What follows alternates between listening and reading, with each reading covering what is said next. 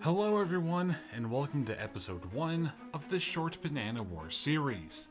The Banana Wars were a series of US invasion/interventions in Latin America during the early 20th century. This series is meant to give a little insight as to what occurred during these events that in many ways have impacted the citizens of these nations until modern day.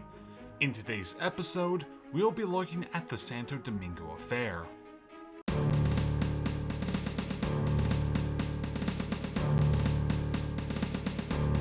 The Santo Domingo Affair refers to an incident in 1904 between the US and the Dominican Republic.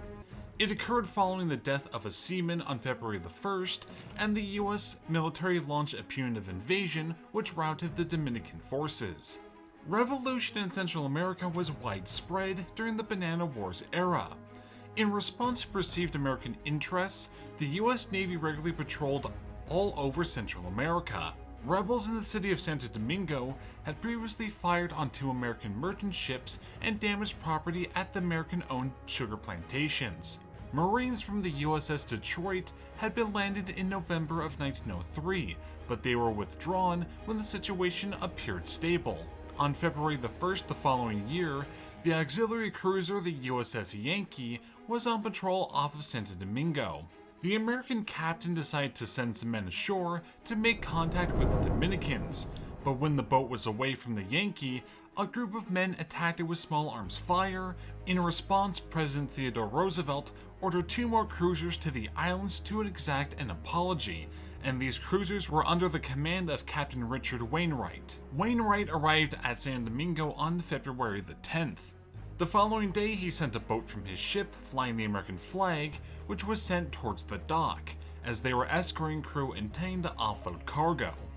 As they did so, the rebels opened fire with their small arms.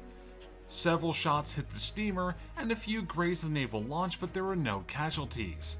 Wainwright, having informed his superiors and gotten their approval, launched an amphibious assault and naval bombardment. The USS Newark opened fire with her broadside at 3:25 p.m., while the Columbia covered the landing. 10 minutes later, the bombardment ceased and 375 Americans headed to the beach. The landing party was under the direct command of Lieutenant Commander James P. Parker. At least 100 Dominicans were using the old Fort Ozama as a base. The Americans received some rifle fire while still on the water, and when they landed at 4:30, they attacked and routed the rebels, with only 1 American being hurt in the engagement when he accidentally fired his revolver into his foot.